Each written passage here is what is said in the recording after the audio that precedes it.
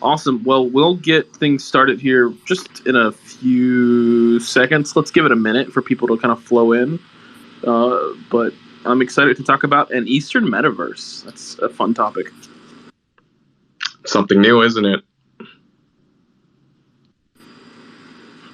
Yeah, for sure. Especially for me. I'm in the middle of central Ohio, so eastern part of the world's completely new to me. Got you. But we got you covered. We'll do it step by step here tonight. So awesome. Thank you, Ryan. Yeah. So shoot. Let's go ahead and jump into it if you're ready. Should we begin now? Yeah. Well, this is recorded too, and we'll have people jump in as they see us on Spaces. So yeah. If you're ready, I'm ready, man. Okay, I just have to actually bring our founder up here as well. So let me add Philip in. Welcome to the stage, Philip. Yep. I think he's just connecting, so we'll just give it a moment. Hi, you guys. Can you hear me? Yeah. Hi. Pleasure to be here. Excited to have you here. Thanks. Well, all right. Yeah, why don't we get started and just kind of, I don't know, explain a little bit about who you guys are and what the project is, I guess, but more importantly, like what's the background of the people that are involved in the project here?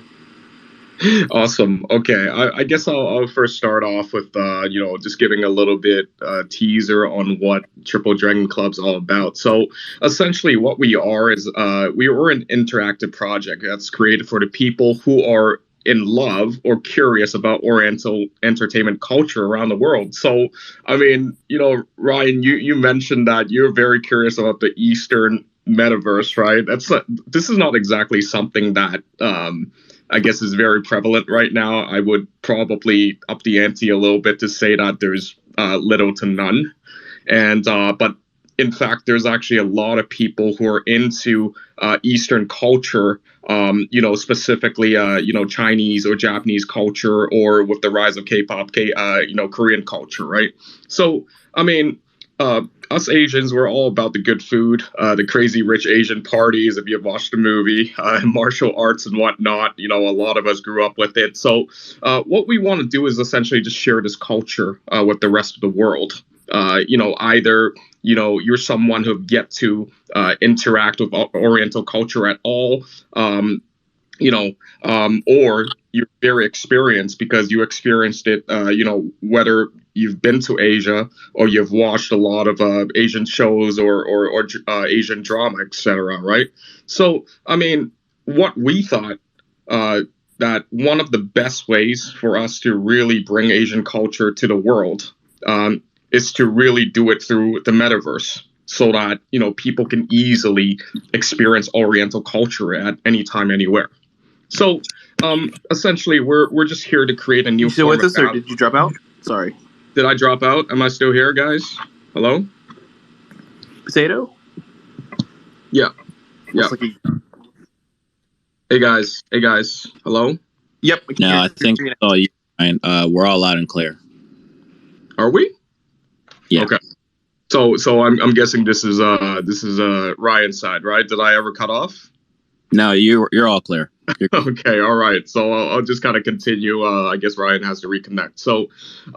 So essentially, I mean, we're here to create a new form of value through digital identities, and what 3DC wants to do is build a semi-open platform through metaverse technologies where people can come in and we can all build this metaverse and business together and really just enjoy the maximum fun of it in a very, very immersive ecosystem. And we'll get more into it. So, without further ado, I mean, with Philip here as well. Philip is the man behind it all. We call him the Grandmaster and also the mastermind for 3DC. So, I'll give him a little bit of time to introduce himself and just elaborate a little bit more on the project. Sure, thanks.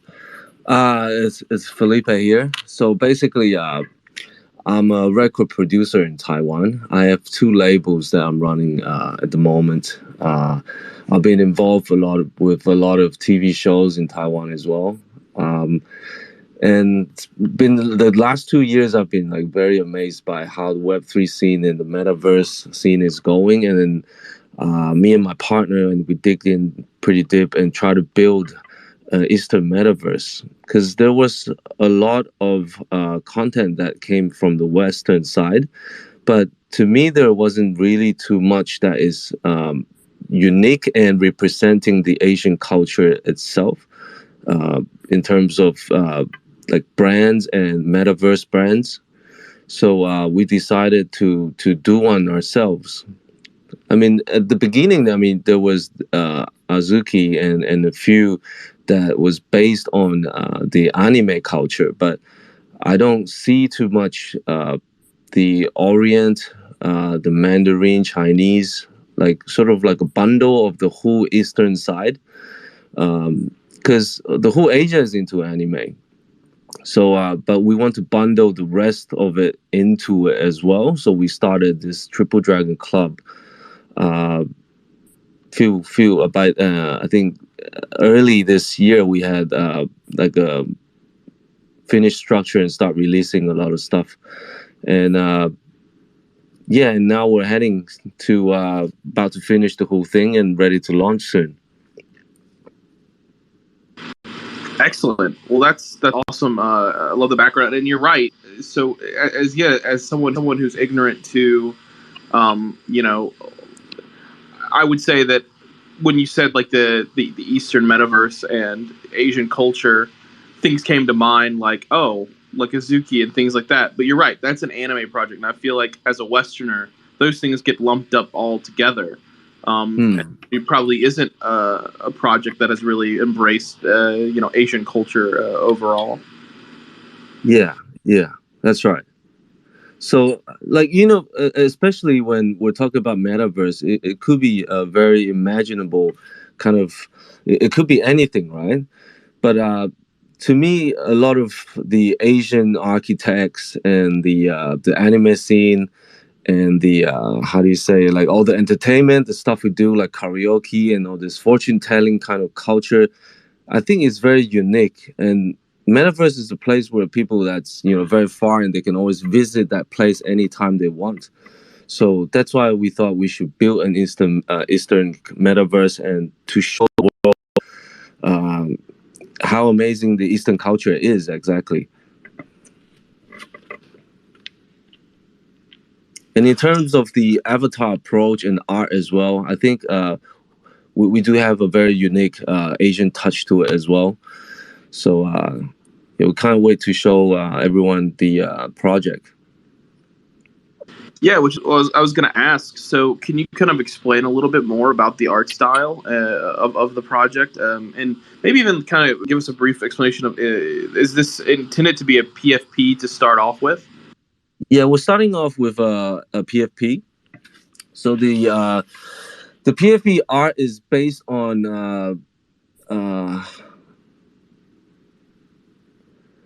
it's kind of like a mixture in between the East and the West in a bit, but we have a background of hold on, I don't know how to explain this word. Yao Guai. Oh, it's kind of like Chinese demons. Yes, right. Chinese demons. So Exactly. it's kind of like a mixture of Chinese demons and humans together with a little bit of street style and a bit of anime into it. But it definitely has a very strong vibe of this Chinese Oriental kind of art sense into it. And plus, we divided it into 3 clans. And the 3 clans are represented by the Red Dragons, the Akumas, and the Boys Around the Block. So they kind of represent 3 different kind of Asian culture among these 3 different clans.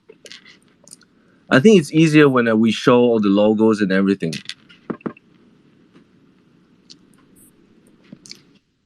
Got it. I mean, just to kind of like further elaborate what Philip is saying, right? I think when we look at Triple Dragon Club, and we look at existing, Asian projects out there, I wouldn't exactly call it Asian projects, per se, but if we look at Azuki or other Asian theme PFPs, what we see and what we experience is more like the skin and not the roots, right? And what we're trying to bring to the table is more showing the Oriental roots, and we want to bring it to the world through the metaverse, right? So, I mean, with our industry background experiences, like we really want to deep dive into these said cultures, and really bring in a lot of Web3 interactions and users into our metaverse.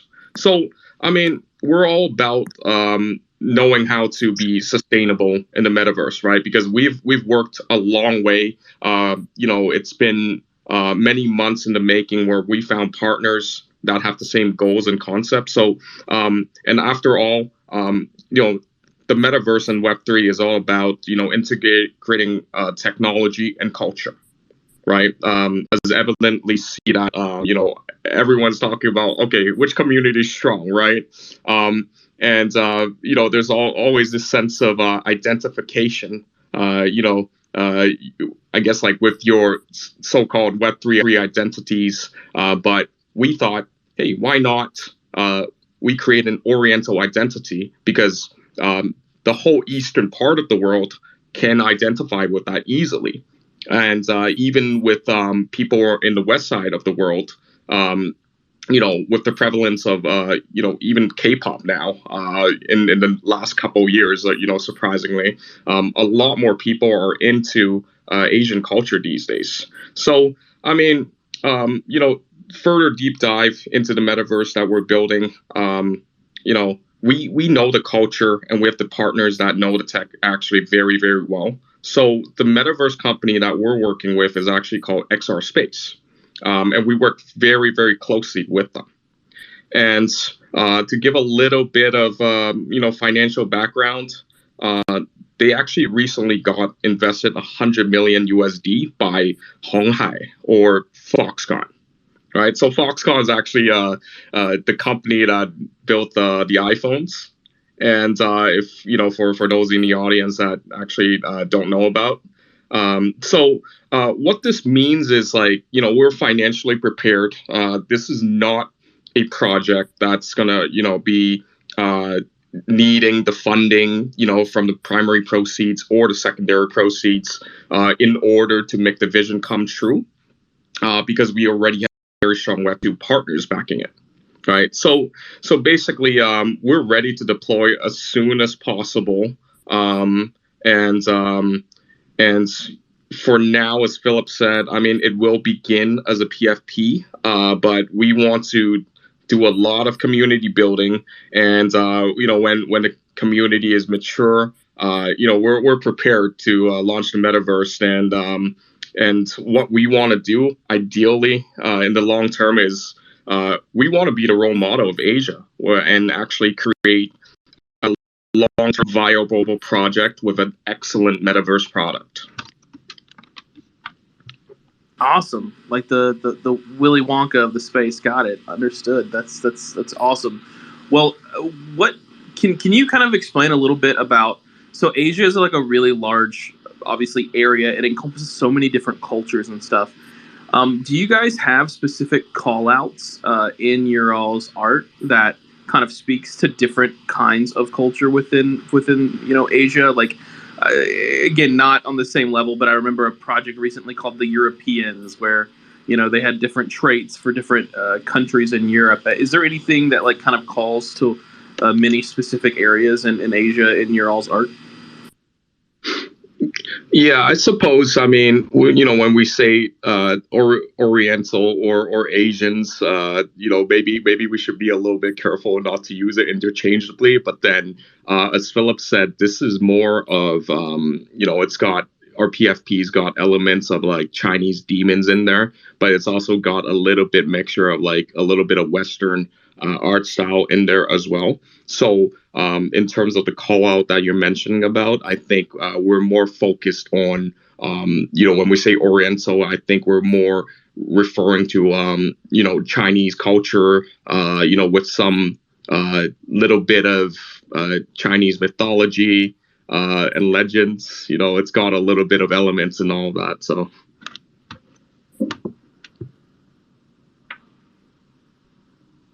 That's awesome, and I love that we were able to come up with the Chinese demons here live. That's like I don't know. I love that we kind of he mentioned the word, and then we were able to come up with it as I don't know. That to me is always a fun, cool thing we can do. So yeah, explain to me a little bit more about the I guess the metaverse. So we've talked about kind of the art style, and you mentioned we have XR space. Let's maybe go into the metaverse a little bit, kind of explain what all that entails, kind of an introduction to that. Gotcha. Okay, so we're probably gonna have a pretty lengthy explanation for this one, right? So I love it. Okay. All right. So, I mean, if we really look at, let's just say, existing metaverses right now, right? You know what? Let's first start with like the Web 2. I wouldn't call them metaverse, but you could call them that unless we're using the term metaverse exclusively for Web 3 projects. But then you look at Habbo Hotel, you could look at Roblox, Minecraft. These are like once in a generation type of games here, right? And of course, like we have a lot of kids going in there, interacting with their friends, jumping on calls with their headsets on, like after school, and they're hanging out in there. I mean, listen, like we know that it would be obviously a lot of boasting if we come in here and we tell you guys that we're trying to compete to that type of level. I mean, eventually we it is our goal to be the role model of Asia and get there, but we're not trying to I guess like follow suit of what Sandbox or Decentraland is doing and just creating a place for people to hang out. That just doesn't seem to like sit very well with us, and obviously, like looking at the market sentiments, if we wanted to build something like that, just a space for people to like just sit there, chill and hang out, be silly and all that, I don't think that would sit well with a lot of people. So, I mean, with the Decentraland Sandbox, we had a lot of hype. I'm not sure if it's still there anymore, but to be honest, like I don't know how many of us actually try to go in there. How many active players are really there, right? So, we want to be building something that actually makes sense. So there's something that we like to call here at Triple Dragon Club. We call it the 3 pillars of support. For the ecosystem, for the Citadel. We like to call it the Citadel, but then you can also refer to the metaverse. And I'll explain a little bit of it, right? So pillar 1 that we have for the metaverse would be virtual karaoke.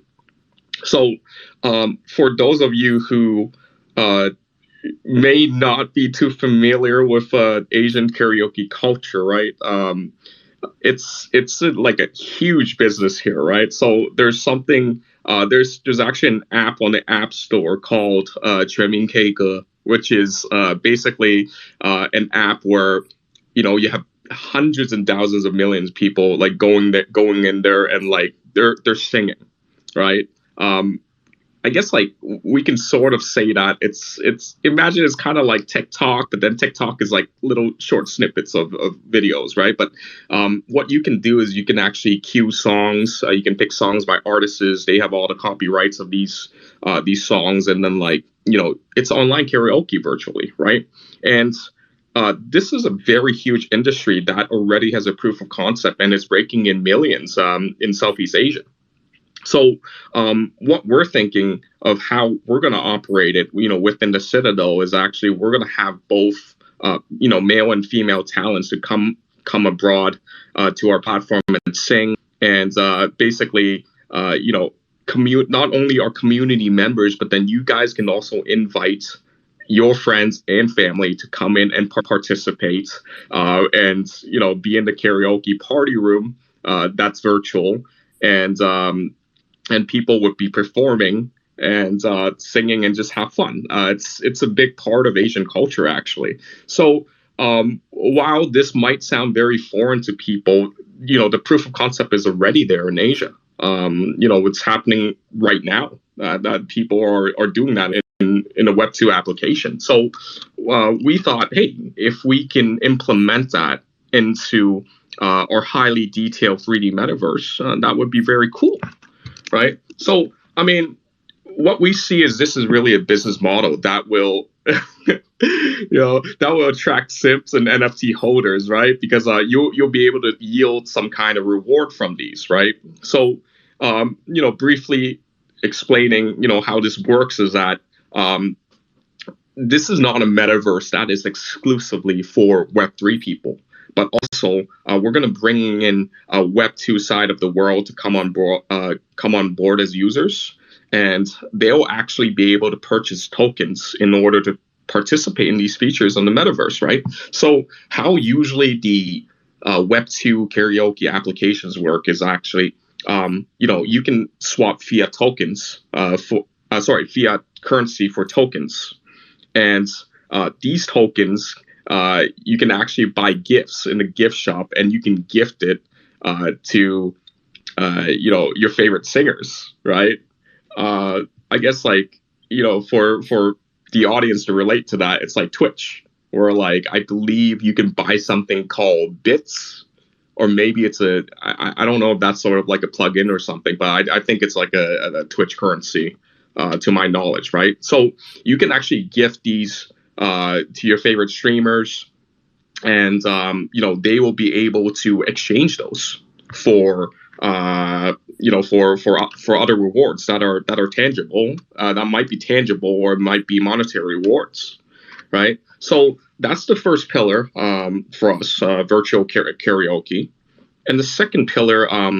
It's just as simple, but very necessary, and would be games, right? So when I mention games, I don't mean sort of like a AAA game, Super Mario, Pokemon, but really games that, really describes what Asians are all about, right? So, and we think that these games would be extremely popular at start, that, many Asian cultures share. So, I encourage you guys to look a little bit into it. But then a very popular game that a lot of people would know is Mahjong. There's all these different variations of Mahjong, that are within the Asian culture. The people in mainland China, Taiwan, Hong Kong, we all play different variations of Mahjong. And we have a Chinese poker. So, eventually what we want to do is, if we could, develop this into sort of like a full-blown metaverse casino, right? So there will be more or less of a business structure where fees are being raked, as we've seen in some types of online casino, where there's room fees, gaming fees, and ideally what we want to do is actually distribute this, amongst our NFT holders, and basically, they will be the ones who are more or less safeguarding, or the ones who are getting rewarded from these room fees, right? So, and that would be the second pillar, which I explain as to Oriental games. Or gambling, you would say. A lot of these are gambling games. And the third pillar, what we have is actually fortune-telling service, right? And this is a very thematic Oriental thing, right? Where both NFT holders and non-NFT holders on the Web2 side can use their tokens that they're rewarded with, either by earning through games or purchasing the tokens, right? So what you can do is actually book appointments, and you can engage with your fortune-telling master, right? That is actually a profession in Asia, by the way, right? I guess it's kind of like those tarot card or fortune tellers in the Western world, right? But it's a little bit different. And you're able to have a one-on-one service where you can ask questions. They could read your fortune. They could probably prophesy on, what's upcoming, if you're going to get a job, if your interview is going to be successful and whatnot. So, and then again, this brings back to what I described in the second pillar as well, where, there's going to be a fee or a tax that's going to be charged. And then, we're looking to redistribute in tokens back to our holders. So essentially, circling back to the Triple Dragon Club NFT itself, imagine if you're a holder of this NFT, you're actually owning and earning from this ecosystem, right? And the spendings that are going to be within this metaverse, it wouldn't be only within Web3 because, we're only targeting a very small market. If it's only Web3, we're still pretty much stuck in Web2.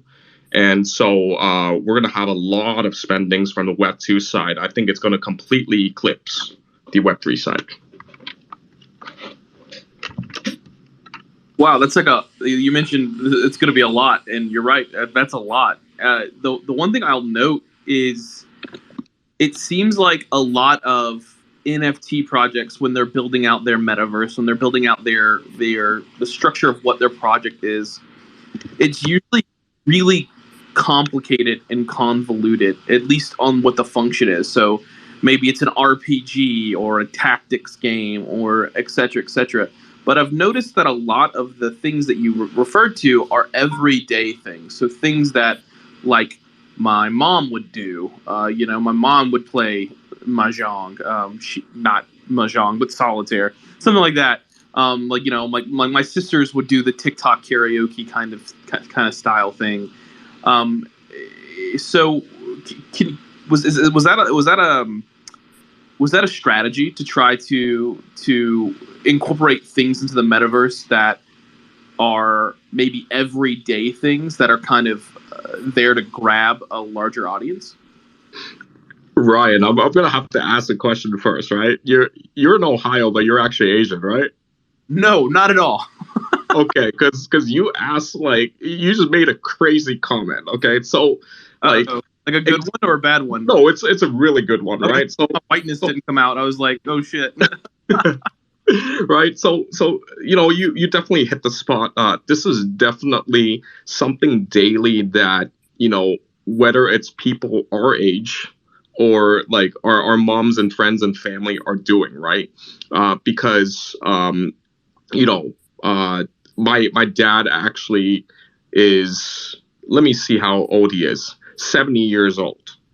And he actually goes on these online virtual karaoke platforms and he sings. He's got followers. He buys tokens. He gets flowers. He sends this to his favorite streamers.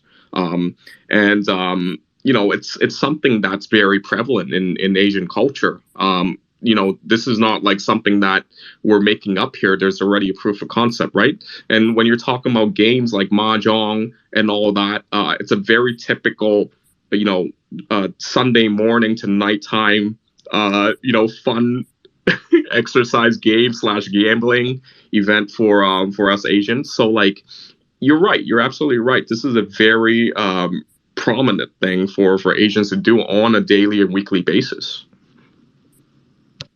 I think back when I was big into video game culture and stuff, I remember Nintendo had deployed what they called the blue water strategy, which was, hey, who is not playing video games? Why not? Let's make them play video games. And that was kind of their strategy to go get, the non-gamers, and they did it by doing Train Your Brain and Mahjong kind of games and things like that with the Nintendo DS and the Wii. It seems very similar to that. You guys are targeting people who maybe don't necessarily know what the metaverse is yet. Is that the case?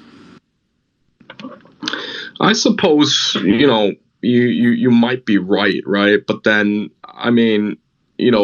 we can also see the metaverse as more of a concept that has been reworded into something called the metaverse, but the concept has been living for years already, except, there's no blockchain, smart contract technology, or the term Web3 attached to it, right? So we don't necessarily think that we're trying to prove a new concept, or even have to convince people to come in here, the Web2 people would be easily able to access to it. So, we're trying to remove like barriers of entry. And like I said earlier, we really believe the spendings within this metaverse on the Web2 side would likely eclipse the Web3 side because of just like, the sheer size of the market, right?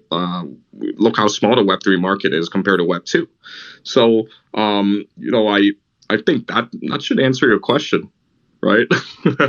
Yeah, if I could add to it, hi, I'm one of the advisors as well. The way that we are structuring our token structure, we have seen many play to earn games, many stake to earn, projects come and go and they die, and it's so easy to over emit your token. So the way that we are kind of like structuring our token is that the token emission will be pegged to the token burn, because we're expecting a lot of people to be using the token to play the games, use the fortune telling system, enjoy the virtual karaoke. That is where the token burn will happen, and the token emission will be pegged to then the token burn. So in this circular economy, it will be super sustainable. Otherwise we have another cool cat situation, or we have another Axie situation where player base gets saturated, people start earning a lot of tokens, and the tokens become worthless. So I think the way that we're structuring it, it's a little bit, we want to do it a little bit more carefully. And we are like what Potato mentioned earlier, that we are targeting really the Web2 people coming into play, because the more people come into play, the more people use the virtual karaoke system or the PvP gaming room or the fortune telling, the more token burn, and the more token burn, the more token emitted to our community. And I think I feel like that's a huge value add as compared to just a regular just stake and you earn a certain amount of token, because nobody can actually project carefully the amount of token emitted. So we thought, hey, pegging it to burning would be the best way forward. Yeah. Right on. Well, one question I had, and then there's a few more coming up. But by the way, I wanted to mention, if anyone has a question that they'd like to ask, we can bring you up on stage, sure. But just a quick fire way is in the right-hand corner here on Twitter Space is a little chat bubble, and you can ask questions on the actual space thread there. It's a really good way to kind of get a quick question in that you don't have to bring you up on stage and wait for you to say something and things like that. So my question is so with this PFP that you guys are launching here soon, will that be required in order to participate in Euro's metaverse, or is it just an additional feature there? Yeah, not at all. So the thing is, we are working on the interoperability of the IP as well. So I think we have sent in a video, but I don't know if you guys can see it. But we tried putting an ape into the equation. So we are working with other projects as well to get their avatar, their 3D avatar, because how many projects have made 3D avatars but have not used them because there's just no metaverse for them to use it in. We are looking to grab some of their rigs, throw it into our metaverse so that anybody with any IP could play with the IP that they want to play with. Otherwise, they could just play with the default IP. So this is why it is super friendly, to Web2 users as well. There will be a default avatar that they could use. And I don't know if it's mentioned already. The metaverse is built to be mobile friendly. So it is like it will be firstly a mobile application. So just for ease of use, just for ease of onboarding. And it's 80% done. I think that's the other thing about the metaverse. So to answer that question, long story short, why are we selling avatars in the first place? The avatars will exist in the metaverse as, think of the word to use, as like 小老板. How do you say that? Potatoes. It's like they're like business owners, they're like little business owners within the metaverse. So the only way to get emission, right, is to have the avatar or to participate in the games and win the tokens through those games. But the passive emission will only come through the avatars that will be sold. So that's the reason that people will buy the avatars. Number one, to look unique if they don't really have another IP that is playable in our metaverse. Secondly, and most importantly, is for the token emission, so that they can have the token emitted to them, which they can use at the virtual karaoke, and they can use at the PvP gaming room, and they can use at the fortune telling. Yeah. Right on. Well, so this is another thing that I guess a lot of You have a bird in your background. What's going on? Oh, I'm out on my back porch watching my dogs Ah, doing spaces outside. I don't know. It's just sounds very good. voluntary. Is that Touching cool? grass, dude. Yeah, exactly. At least I get to watch someone touch grass. I don't know if I'm touching grass. No. So, a lot of these projects come on and say, hey, our mint's happening, and then in a few months and maybe a year or so, we're launching this project. But that's not always the best. How far along are you guys from launching this metaverse from when? That is the worst, dude. We have invested in so many, or rather, I can't speak for everyone, but I have invested in so many like play to earn games, so many metaverses that is just shit far away from getting accomplished, right? Even when it comes to like you on the other side, it's amazing, but they have been building for a long time before they even launch. For us, I would safely say that the metaverse is 80% ready. So once we sell out, we are looking at the end of the year, a playable version. That is like super soon, right? Just a couple of months, right? And we have a playable version coming up. There will be a phase one, late this year or early next year. And of course, if we can get it done earlier, we want to get it done earlier. The point is, we are building the metaverse regardless of whether the market recover. We are building the metaverse even right now because with our partners with Extra Spaces, they have banks. They're able to produce the product even before we even do a single sale. The purpose of us doing an NFT sale is so that we can have a bigger community, a bigger market reach, and we are kind of like timing our mint, which is not super important to us because we are making the metaverse anyway. But it's important to us in the sense that we want a mature community, a group of people ready to play, ready to come and use the facility. A bunch of Web3 people ready to use the facility. And you can imagine this, right? Like if you own one of these NFTs and the metaverse is ready, you will go and tell your Web2 friends like, hey, download this game. You could play right now. This is like your first foray into like Web3. And as they play the game, and if they're spending money in the game, that you are getting some of that back. So I think this will encourage people to evangelize, like tell their friends about the metaverse. So long answer to your short question, we are like 80% done. We are hoping to see at the end of the year, hopefully earlier. Yeah, super soon.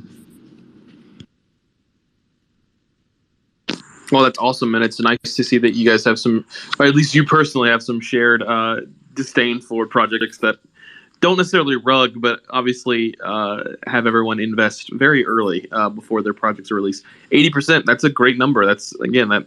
Do you guys have like a timeline on when that'll be, I guess? Yeah, so we're looking at the end of the year. It is actually already playable now. I think we just are checking all the features. We are making sure that the mini games are done well. We just posted something on our Twitter, and this was recorded like last month, right? Last month, we just did a walkthrough some of the spaces that we created within the metaverse. I think it's pretty big. We are also looking to work with our partners as well, including MVHQ, to put some of the MVHQ motifs into some of the back alleys. I think that would be pretty cool. I'm not sure when we can do this, but we are looking to create a MVHQ private poker room, stuff like that. Really cool shit, right? So I think this is how we could continue to work even with other projects as well. We have been friends with MVHQ for a long time right now, a long time coming. And so always happy to kind of like include you guys in spaces and places like that. Imagine holding your monthly poker game within this metaverse. I think it would be pretty cool. Walking around your avatar, going into the private MVHQ poker room, and then playing poker in that room like PvP. Yeah. What would be the more Asian appropriate poker? Like what would? Nah, dude, we're just doing poker. We will do Hold'em, right? And hell yeah. Yeah, we do Hold'em, right? I think like pretty standard Asian play that I'm playing on Saturday. Like it's pretty normal. We play quite regularly. Just that Mahjong is a lot more popular. But we will have, mainly these two games to start. Of course, more to come. But to start, like, hey, these are the games that people already play. These are the games that people already like and enjoy. So yeah, that's kind of like the approach based on what we have been speaking to Felipe about. So exciting stuff, fun stuff. Yeah, super exciting, and that's awesome to hear. Well, I've run out of questions. I guess this would be the time where we open it up to if anyone out there wants to come up on stage and ask a question, we can do so, or again, use the chat feature down there. Question, but I'll also leave this period of time while we wait. Is there anything about the project that maybe we didn't brush up on that maybe you guys wanted to kind of make sure that people listening walked away with understanding? I think a real quick summary, right? We're not here to like create another bullshit project, which a lot of people are. This is not a 10,000 collection PFP. This is not a maybe in the future we will have a metaverse. This is we are already there. We are like 80% done. And the next thing is that our tokenomics is not shit, right? It's proper. It's good tokenomics. Our emission is based on our burn. The games that we are putting up is not new games that we are trying to recreate. These are tried and tested games. The economies that we are bringing are not economies that we're trying to create. These are already existing economies, like the virtual karaoke is a $2 billion. 2 billion or 20 billion? It's a shit ton of money. Like, there's a lot of people. And we have good structure, able to bring in both Web3 and Web2. And it's a mobile-first metaverse. And I think that's really important because, like, we want people to be addicted to this shit. And you can't be addicted to something on your computer. If you're traveling around, we want people to be running around in their mobile phone, in our metaverse, joining the virtual karaoke, joining the PvP gaming room, and just exploring and finding shit. So, yeah, I think just a quick summary. The market is shit, right now. We are in a serious NFT bear market. That makes our marketing incredibly hard. I know that if we launch this in the bull market, it would just like go off like that. It's just that right now we don't really care. We just want to build. We will continue to build regardless of the market condition. So once the market stabilizes, I think that's where we would want to run our mint. And yeah, so looking forward to that. Hey man, I think everyone knows that some of the best projects in the world are built in bear markets. So no fault there. I love that. And you just mentioned the market shit. Here's some alpha for all you who aren't super in tune with the United States economy, but the Feds are about to release some notes here at 2:00 that could make or break some pricing. So just look out for that. Shit, dude. What is the speculation? What are we thinking? We're thinking hawkish. But I'll note this isn't financial advice, but. No, but so that's a great summary, and it doesn't look like we have any additional questions or anything. This is a recorded space, so people will be able to go back on this and listen to it here later. But I want to thank the team over at 3DC for joining us and talking to us a lot. I really did appreciate this conversation. I'm learning a lot again. About Asian culture and things like that. So I would love to be immersed in a metaverse that is centered towards it. So I just want to thank you guys so much. And that's kind of all I have. Awesome, dude. Let's chat again. Yeah, you guys have a great one. Ciao.